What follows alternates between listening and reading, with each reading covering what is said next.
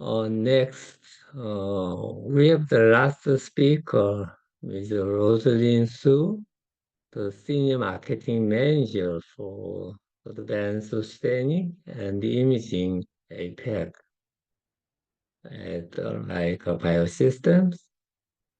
She will be presenting on digital-ready slides. Ms. Su, please.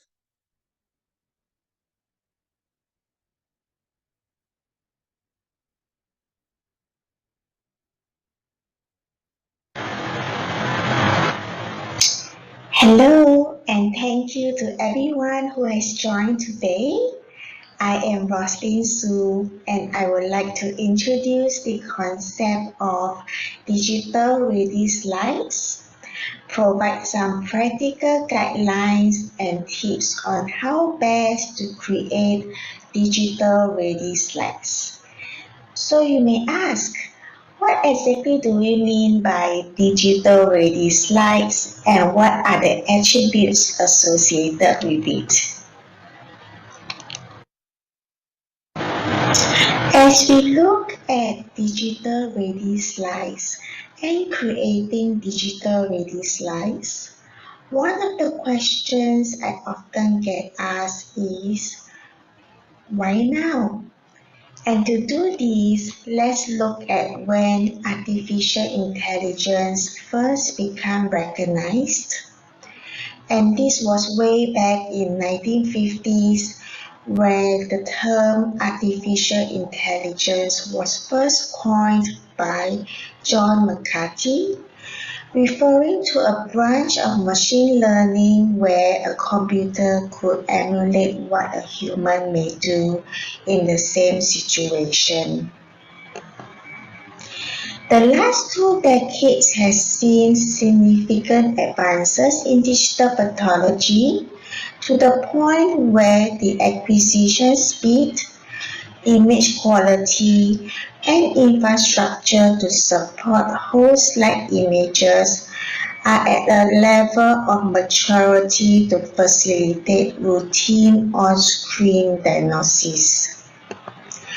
Moreover, there is also a growing acceptance for the use of digital pathology by a number of governing and regulatory bodies in different regions across the world.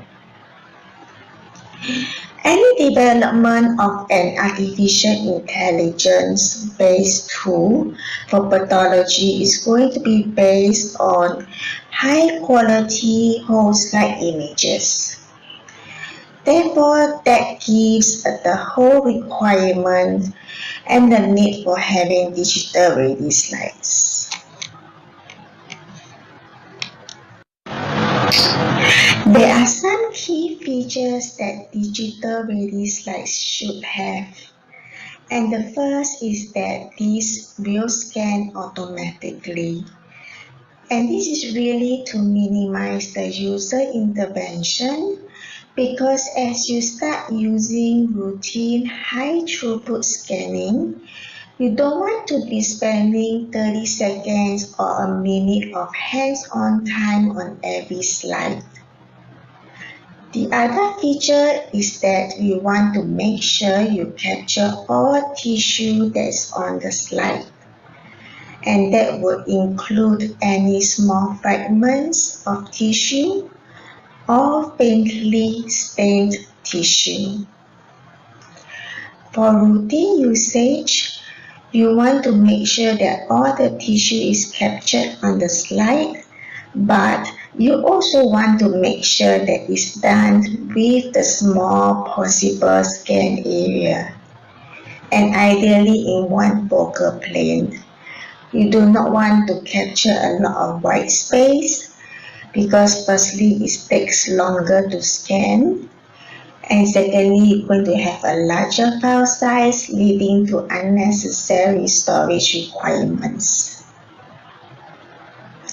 The final key feature of a digital ready slide is to automate the data flow.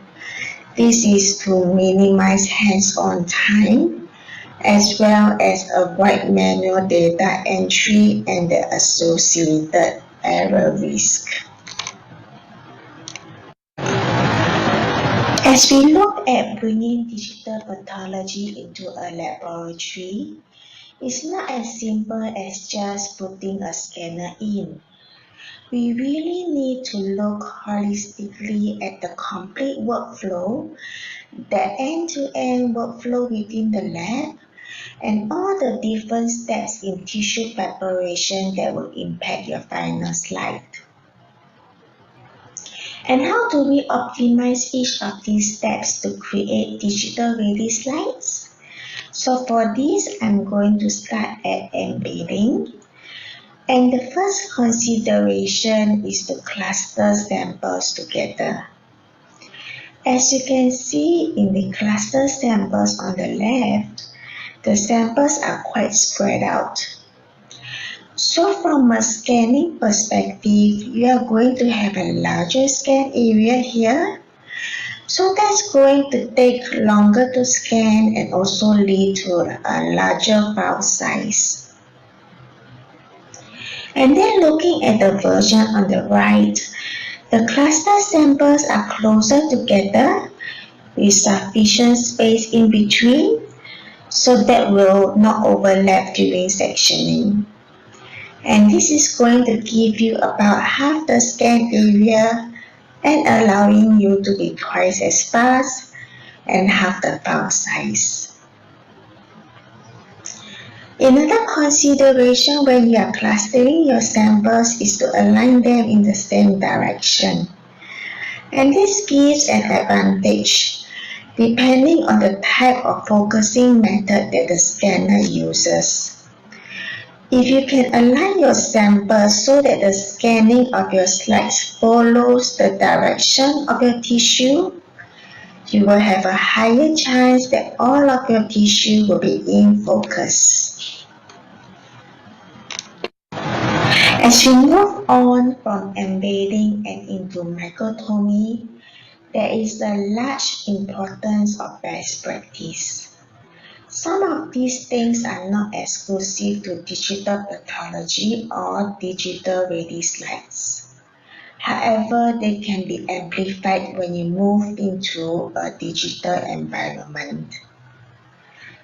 Depending on the type of scanner that you are using, it can cause the focusing to jump out of focus, wherein the white space is trying to detect tissue. And this is true for folds within tissue. An example here, that tissue is going to be 2, 3, or maybe 4 times deeper in the folded region. And again, this is going to lead out of focus regions or require Z-stacking. Let's look at contamination next. This is an example of fungal contamination within the water bath from not changing the water frequently enough. And these little specks of debris that appear on the slide can be recognized by your scanner as faintly stained tissue or potentially low density tissue.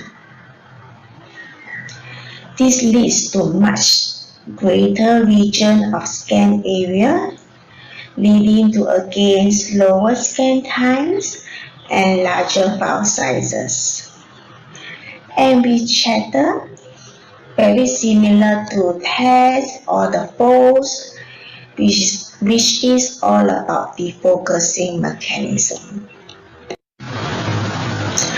In addition to all the standard best practice at microtomy, another consideration is your tissue placement. So when you are floating your sections and placing them on the slide, the rule of thumb is to place them centrally. It's important at digital pathology because most scanners will have a small no scan zone towards the edges of the slide. The no scan zone varies from different scanner models. So it's important to know for the scanner that you are using within your laboratory, what are the borders for the actual scan region, and to make sure that all of your tissue is within that scan region.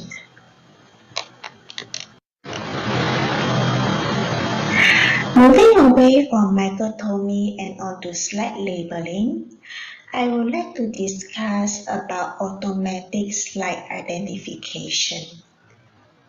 The rule of thumb is if you are looking to scan any more than 100 slides daily, you really need to look at barcoding your slides. Digital pathology images are so large, they do require an image management and viewing software. And then you need to associate your metadata with those slides. So questions like where is the slide from, or which case is related to. And that's where integrating with your laboratory data system, whether that is your LIS or LIMS, become very important into having an end-to-end solution for digital pathology. And what barcoding allows is to automate the association of your slide data, whole slide images, and the cases together, allowing you to move from a situation where you are manually slide sorting into the appropriate cases to something that can be truly automated.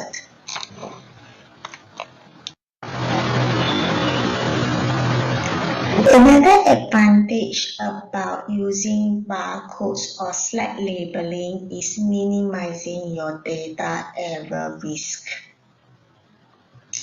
So looking firstly at the manual workflow, and the slides here represent handwritten slides. You may notice that the slide at the back says B46H5 S0, and the slide at the front is B46HSS0. So, is it really 0 or is it an O? It's very difficult to tell and distinguish with handwriting. So clearly there is a risk of handwritten errors and also interpreting the handwriting. It is also very time consuming compared to generating slide labels automatically.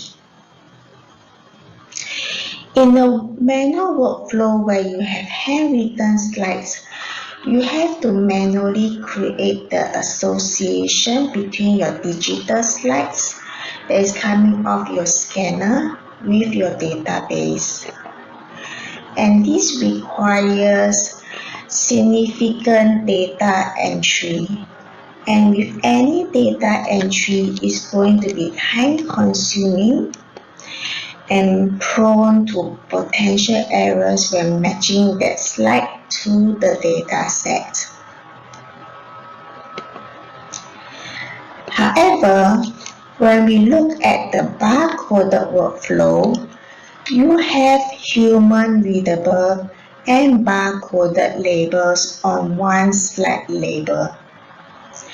And this allows you to eliminate transcription errors. And leveraging the integration pathway with the existing information management systems, you can be assured that the right slide is being associated with the correct data within your information management system. And these are all done automatically. The next step in the process that I would like to speak about in relation to digital ready slides is around staining and standardizing your standard routine H&E staining, special stains, IHC, or other staining modalities. Moving from microscope to on-screen, review of slides is a paradigm shift and requires time for pathologists to adapt. Hence, consistent staining removes a variable from review, helping to increase confidence that differences seen are in the tissue and not from staining inconsistency. One of the added benefits and advantage of digital pathology is some viewers can present multiple whole slide images on one screen. When you can pull multiple slides onto screen at the same time, this is going to emphasize any staining variation that you may have within your tissue preparation. And you want to be able to have that confidence to say that staining that you're looking at is true staining. And in the example that's shown on the top right, there is a variation in staining. And you want to be able to have the confidence to say that the tissue on the left hand side does have a higher expression profile and has nothing to do with variation in manual staining. Another example on the bottom right here, these are H&E slides that are actually several sections of the same tissue cut to the same thickness and sent to different labs, asking them to perform their routine H&E staining on it. And what you see is a massive variation in the color and intensity of the H&E staining. So as you start looking at leveraging digital pathology, either from sharing across multiple sites, where you have your tissue coming from different labs, staining consistency is very important. Staining consistency also has an impact as you start looking at AI development, where you consider what is the variability that in your input to those training sets. And what impacts does it actually have on the size of training set that you need and the performance of your AI tools.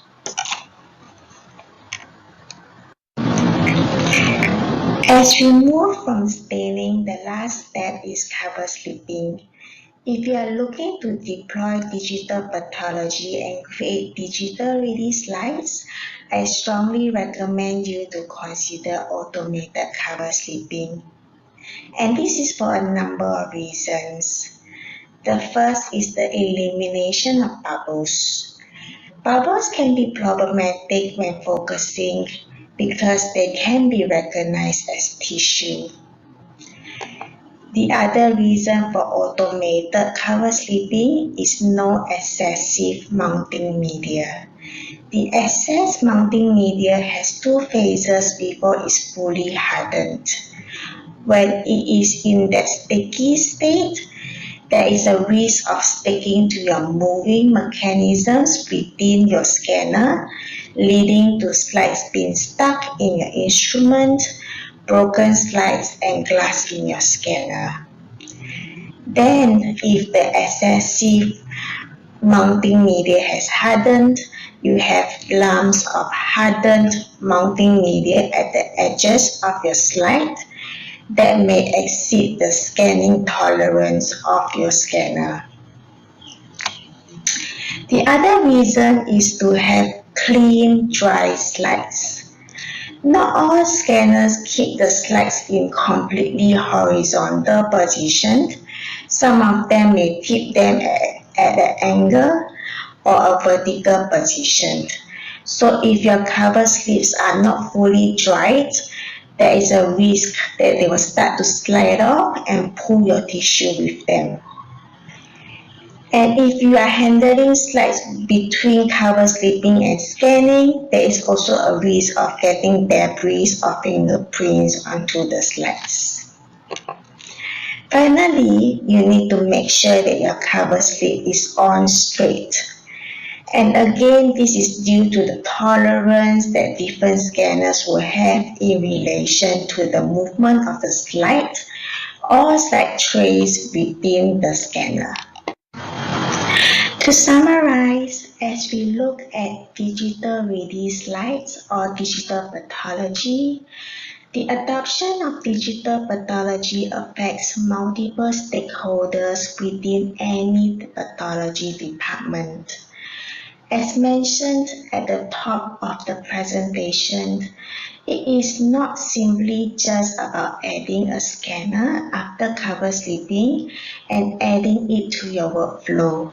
It really affects the entire laboratory workflow and requires careful consideration on taking the holistic view of slide creation to really generate those optimized digital ready slides. With that in mind, this brings me to the end of my presentation. Thank you very much.